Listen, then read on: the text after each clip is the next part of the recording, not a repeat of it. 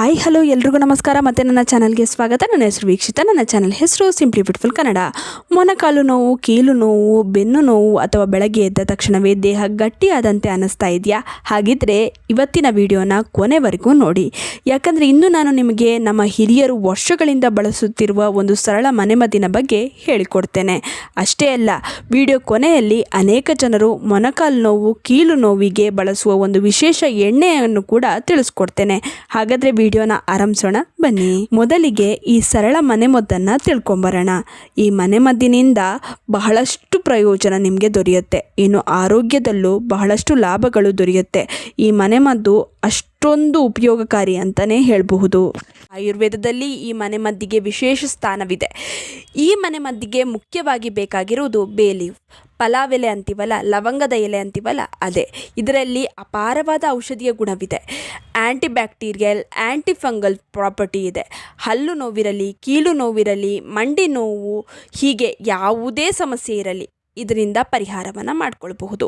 ಸಕ್ಕರೆ ಕಾಯಿಲೆ ಇರಲಿ, ಹಾಗೆಯೇ ಉಸಿರಾಟಕ್ಕೆ ಸಂಬಂಧಿಸಿದ ಕಾಯಿಲೆ ಇರಲಿ, ಕಿಡ್ನಿಗೆ ಸಂಬಂಧಿಸಿದ ತೊಂದರೆ ಇರಲಿ, ಅತಿಯಾದ ತೂಕದ ಸಮಸ್ಯೆ ಇರಲಿ, ಕೊಲೆಸ್ಟ್ರಾಲ್, ಹೃದಯ ಸಂಬಂಧಿ ಕಾಯಿಲೆ, ಇಂತಹ ಏನೇ ಸಮಸ್ಯೆ ಇದ್ದರೂ ಈ ಪಲಾವ್ ಎಲೆಯಿಂದ ಗುಣಪಡಿಸಿಕೊಳ್ಳಬಹುದು. ಮೊದಲಿಗೆ ಈ ಮನೆಮದ್ದನ್ನು ತಯಾರಿಸೋಣ, ಆಮೇಲೆ ಅದರ ಉಪಯೋಗದ ಬಗ್ಗೆ ತಿಳಿಯೋಣ.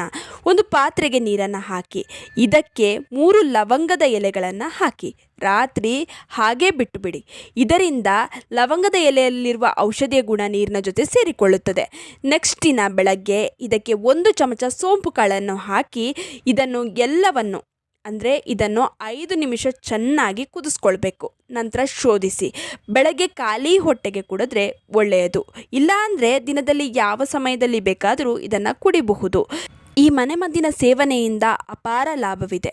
ಇದರಲ್ಲಿ ಆ್ಯಂಟಿ ಇನ್ಫ್ಲಮೇಟರಿ ಪ್ರಾಪರ್ಟಿ ಇದೆ. ಇದರಿಂದ ನೋವು ತುಂಬಾ ಬೇಗ ಕಡಿಮೆಯಾಗುತ್ತದೆ, ಊತ ಕಡಿಮೆಯಾಗುತ್ತದೆ. ಕೀಲು ನೋವು, ಗಂಟು ನೋವು, ಮಂಡಿ ನೋವಿನಿಂದ ಬಳಲುತ್ತಿದ್ದರೆ ಈ ಮನೆಮದ್ದನ್ನು ಬಳಸಿ ಬೇಗನೆ ಆರಾಮ ದೊರೆಯುತ್ತದೆ. ಯಾಕಂದರೆ ಲವಂಗದ ಎಲೆಯಲ್ಲಿ ನ್ಯಾಚುರಲ್ ಪೇಯ್ನ್ ಕಿಲ್ಲರ್ ಗುಣ ಇದೆ. ಇದು ಶರೀರದ ಎಲ್ಲ ನೋವನ್ನು ಶಮನಗೊಳಿಸುತ್ತದೆ.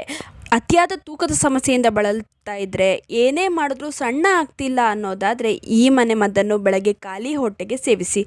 ಬೇಗನೆ ತೂಕ ನಿಯಂತ್ರಣಕ್ಕೆ ಬರುತ್ತದೆ. ಸಕ್ಕರೆ ಕಾಯಿಲೆ ನಿಯಂತ್ರಣದಲ್ಲಿಡುತ್ತದೆ. ಕೊಲೆಸ್ಟ್ರಾಲ್ ಜಮೆ ಆದರೆ ಹೃದಯ ಸಂಬಂಧಿ ಕಾಯಿಲೆ ಕಾಡುತ್ತದೆ.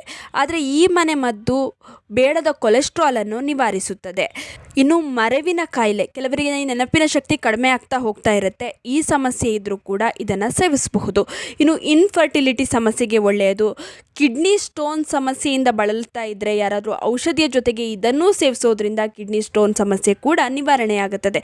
ಹೀಗೆ ಹೇಳ್ತಾ ಹೋದರೆ ಇದರ ಲಾಭದ ಬಗ್ಗೆ ಹೇಳ್ತಾನೆ ಹೋಗಬಹುದು. ಒಂದು ವಿಡಿಯೋ ಸಾಕಾಗೋದಿಲ್ಲ, ಅಷ್ಟೊಂದು ಲಾಭ ಇದೆ.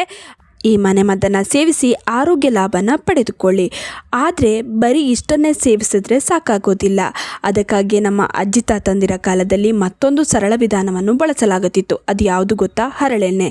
ಹೌದು ಸ್ನೇಹಿತರೆ, ಅನೇಕ ಜನರು ಮೊಣಕಾಲು ನೋವು, ಕುತ್ತಿಗೆ, ಬೆನ್ನು ಮತ್ತು ಕೀಲು ನೋವಿರುವ ಜಾಗದಲ್ಲಿ ಹರಳೆಣ್ಣೆಯಿಂದ ಮಸಾಜ್ ಮಾಡ್ತಾರೆ. ಹರಳೆಣ್ಣೆಯಲ್ಲಿ ರಿಸಿನಾಲಿಕ್ ಆ್ಯಸಿಡ್ ಎಂಬ ಅಂಶವಿದೆ. ಇದು ಅಧ್ಯಯನಗಳ ಪ್ರಕಾರ ಈ ಅಂಶವು ಉರಿಯೂತವನ್ನು ಕಡಿಮೆ ಮಾಡಲು ಸಹಾಯ ಮಾಡುತ್ತದೆ. ಉರಿಯೂತ ಕಡಿಮೆಯಾದಾಗ ಕೀಲುಗಳಲ್ಲಿ ಉಂಟಾಗುವ ಅಸ್ವಸ್ಥತೆ ಮತ್ತು ಬಿಗಿತವು ಕಡಿಮೆಯಾಗುತ್ತದೆ. ಬಳಸುವುದು ಹೇಗೆ? ಮೊದಲಿಗೆ ಸ್ವಲ್ಪ ಹರಳೆಣ್ಣೆಯನ್ನು ಉಗುರುಬೆಚ್ಚಗೆ ಮಾಡಿಕೊಳ್ಳಿ. ನಂತರ ನೋವಿರುವ ಜಾಗವನ್ನು ಚೆನ್ನಾಗಿ ಇದರಿಂದ 5 ರಿಂದ 10 ನಿಮಿಷ ನಿಧಾನವಾಗಿ ಮಸಾಜ್ ಮಾಡಿ. ಆದ ನಂತರ ಒಂದು ಬೆಚ್ಚಗಿನ ಬಟ್ಟೆ ಅಥವಾ ಹಾಟ್ ವಾಟರ್ ಬ್ಯಾಗನ್ನು ಆ ಜಾಗದ ಮೇಲೆ ಇಡಿ. ಹೀಗೆ ಮಾಡುವುದರಿಂದ ನಿಮಗೆ ತಾತ್ಕಾಲಿಕವಾಗಿ ಆರಾಮ ಸಿಗುತ್ತೆ.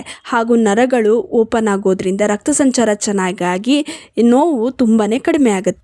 ಇನ್ನು ತುಂಬ ದಿನದಿಂದ ನೀವು ನೋವಿನ ಸಮಸ್ಯೆಯಿಂದ ಒದ್ದಾಡ್ತಾ ಇದ್ದರೆ, ಡಾಕ್ಟರ್ನ ಸಲಹೆ ಪಡೆದು ಕೂಡ ಕಡಿಮೆ ಆಗಿಲ್ಲ ಅಂತಂದರೆ ಒಮ್ಮೆ ಇದನ್ನು ಟ್ರೈ ಮಾಡಿ ನೋಡಿ. ಹಾಗಂತ ತುಂಬ ದಿನದವರೆಗೆ ಟ್ರೈ ಮಾಡಿ ನೋವು ಕಡಿಮೆ ಆಗಿಲ್ಲ ಅಂದರೆ ಡಾಕ್ಟರ್ನ ಸಲಹೆ ಪಡೆಯುವುದು ತುಂಬಾ ಮುಖ್ಯ.